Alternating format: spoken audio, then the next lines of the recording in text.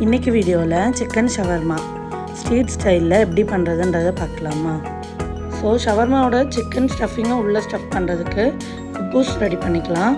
அதுக்கு நான் முதல்ல ஒரு பவுலில் 1/2 கிளாஸ் அளவுக்கு வாட்டர், ஒரு 1/2 டீஸ்பூன் அளவுக்கு ஈஸ்ட் ஆட் பண்ணியிருக்கேன். தென் ஒரு டீஸ்பூன் சால்ட்டு. வாட்டர் கொஞ்சம் வார்மாக இருக்கணும், நல்ல சூடாக இருக்கக்கூடாது. இது ஈஸ்ட்டை ஆக்டிவேட் பண்ணுறதுக்காக. இப்போது இது ஒரு 5 மினிட்ஸ் இல்லைனா 10 மினிட்ஸ் ரெஸ்ட்டில் விட்டுடலாம். அது ஆக்டிவேட் ஆகிற கேப்பில் சிக்கன் மேரினேஷன் ரெடி பண்ணிக்கலாம். 1/2 டீஸ்பூன் மிளகாய்த்தூள், 2 teaspoon chilli powder, 1/2 teaspoon garam masala, 1 teaspoon pepper powder, 1 teaspoon மல்லித்தூள், 1 டீஸ்பூன் சால்ட்டு, 1-2 டேபிள் ஸ்பூன் அளவுக்கு கர்ட் ஆட் பண்ணிக்கிறேன். தென் இதில் ஒரு 1/2 லெமனையும் ஸ்க்வீஸ் பண்ணி விட்டுக்கிறேன். இப்போது இந்த மசாலா எல்லாம் ஒன்று படுற மாதிரி நல்லா கலந்து விட்டுக்கோங்க.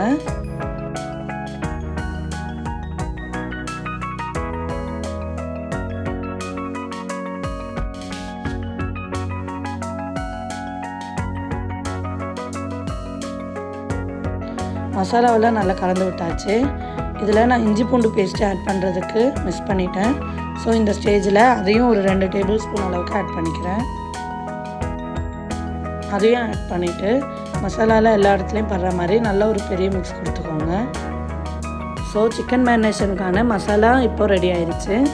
இப்போது இதில் ஆல்ரெடி வாஷ் பண்ணி வச்சுருக்கேன் போன்லெஸ் சிக்கன் 250 கிராம் தனியாக எடுத்து வச்சுருக்கேன். அதையும் இதில் இப்போது ஆட் பண்ணிக்கலாம்.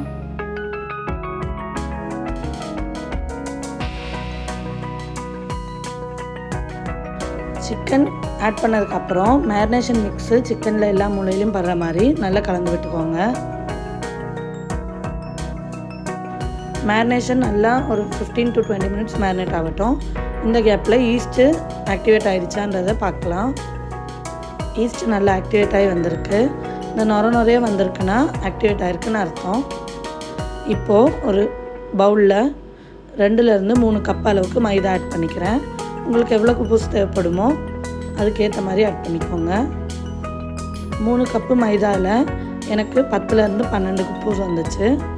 இப்போ இதில் ஒரு டேபிள் ஸ்பூன் அளவு சால்ட்டு, 2 டேபிள் ஸ்பூன் அளவுக்கு ஆயிலு, தென் ஈஸ்ட்டு ஆக்டிவேட் ஆக வச்சுருந்தேன் அந்த வாட்டரையும் ஆட் பண்ணி நல்லா மிக்ஸ் பண்ணிக்கிறேன். நல்லா மிக்ஸ் பண்ணி எடுத்துக்கோங்க, இந்த இடத்துலையும் கட்டிப்படாமல். தேவைப்பட்டால் இன்னும் கொஞ்சம் கொஞ்சமாக வாட்டர் ஆட் பண்ணி கூட பிசைஞ்சு விட்டுக்கோங்க. இது சப்பாத்தி மாவு பதத்துக்கு வரணும். அது வரை நல்லா கலந்து விட்டுக்கலாம்.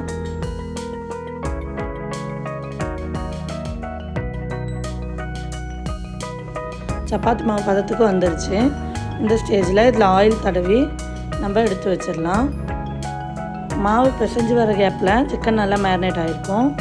இப்போது ஒரு பேனில் கொஞ்சமாக ஆயில் ஊற்றிக்கலாம். அதில் இந்த சிக்கன் எல்லாம் போட்டு ஷாலோ ஃப்ரை பண்ணிக்கலாம். டீப் ஃப்ரை பண்ண தேவையில்லை. கொஞ்சம் நேரம் மூடி போட்டு வேக வச்சா சிக்கனில் இருக்க வாட்டர் எல்லாம் வெளில வந்து இந்த கன்சிஸ்டன்சி ஆகிருக்கும். அந்த வாட்டர் வந்து நல்லா வத்துற வர ஸ்லோ ஃப்ளேமில் வச்சு குக் பண்ணிவிட்டு நல்லா வத்துனதுக்கப்புறம் இந்த மாதிரி ஒரு கிரில் பேன் இருந்துச்சுன்னா அதில் சிக்கனை நல்லா சுட்டு எடுத்துக்கோங்க. இது ஸ்மோக்கி ஃப்ளேவருக்காக தான்.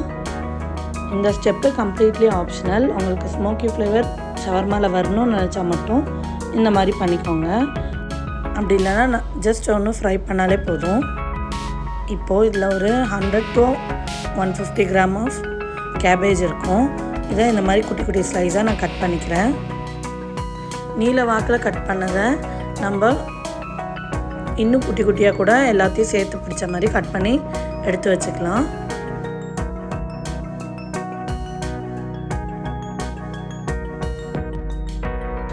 அவ்வளோதான். இப்போது நம்ம கேபேஜ் கட் பண்ணியாச்சு. ஸோ ஆனியன் கட் பண்ணிக்கலாம். இதுக்கு ரொம்ப ஆனியன் தேவையில்லை. ஸோ ஒரே ஒரு ஆனியனை மட்டும் குட்டி குட்டி ஸ்லைசஸாக நான் சாப் பண்ணிக்கிறேன்.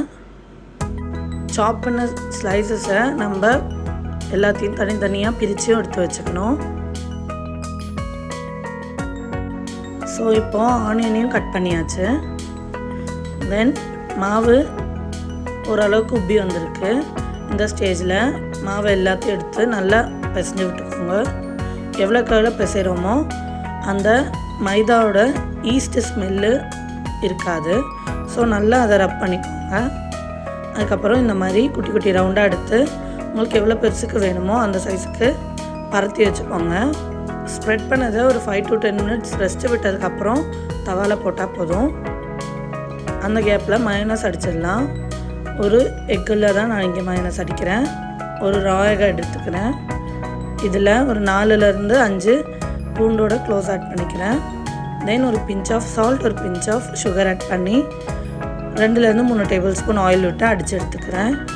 அவ்வளோதான், மயோனஸ் ரெடி ஆயிடுச்சு. இப்போது சிக்கனையும் குட்டி குட்டியாக பீஸாக கட் பண்ணிக்கலாம். குட்டி குட்டியாக ஷெட் பண்ணி எடுத்துக்கோங்க. அப்போ தான் ஷவர்மாவோட எல்லா பைட்லேயும் சிக்கன் நம்மளுக்கு கிடைக்கும். இப்போ கட் பண்ணி வச்சுருக்க ஆனியனையும் கொஞ்சம் ஆட் பண்ணிக்கிறேன். தென் கேபேஜையும் ஒரு கொத்து கேபேஜையும் ஆட் பண்ணிக்கிறேன். ஆல்ரெடி பீட் பண்ணி வச்சுருக்க மயோனஸ்லையும் கொஞ்சம் இதில் ஆட் பண்ணிக்கலாம். தென் கோரியண்டர் லீஃபை குட்டி குட்டியாக சாப் பண்ணி வச்சுருக்கேன், அதையும் இதில் ஆட் பண்ணிக்கிறேன். கொஞ்சமாக பெப்பர் ஆட் பண்ணிக்கலாம். இப்போது இது எல்லாத்தையும் ஒன்று பட மிக்ஸ் பண்ணிக்கலாம். நல்லா மிக்ஸ் பண்ணி எடுத்தோன்னா அவ்வளோதான், ஷவர்மாவோட ஸ்டஃபிங் ரெடி ஆயிடுச்சு. தவாவில் 2 சைடும் உப்பு திருப்பி போட்டு எடுத்து வச்சாச்சு. இப்போ இதில் மயோனஸு ஒரு டேபிள் ஸ்பூன் அளவுக்கு ஊற்றி நல்லா ஸ்ப்ரெட் பண்ணிக்கிறேன். ஒரு டொமேட்டோ சாஸையும் நான் ஆட் பண்ணிக்கிறேன். தென் இப்போது ஷவர்மாவோட ஸ்டஃபிங்கையும் இதில் வச்சுக்கிறேன். எவ்வளோ ஸ்டஃபிங் தேவைப்படுதோ அந்த அளவுக்கு எடுத்து வச்சுக்கோங்க. அவ்வளோதான், இப்போ ரோல் பண்ணிடலாம். ஃபோல்ட் பண்ணி ரேப் பேப்பர் இருந்துச்சுன்னா அதில் ஃபோல்ட் பண்ணிக்கோங்க. நாங்கள் இது இல்லாதனால அலுமினியம் ஃபாயில் பேப்பரில் ஃபோல்ட் பண்ணியிருக்கேன். அவ்வளோதாங்க, ஸ்ட்ரீட் ஸ்டைலில் ஷவர்மா, சிக்கன் ஷவர்மா வீட்டிலே ரெடி ஆயிடுச்சு. வீட்டில் இருக்க குட்டீஸ் முதற்கொண்டு பெரியவங்க வர எல்லாருக்கும் ஃபேவரட்டான சிக்கன் ஷவர்மா ரெடி ஆயிடுச்சு. இவ்வளோ ஸ்டெப்ஸ் இருக்கே, டைம் கன்சியூமிங்காக இருக்குன்னு மட்டும் நினச்சிடாதீங்க. 10 to 15 minutes எல்லாருக்குமே செஞ்சிடலாம்.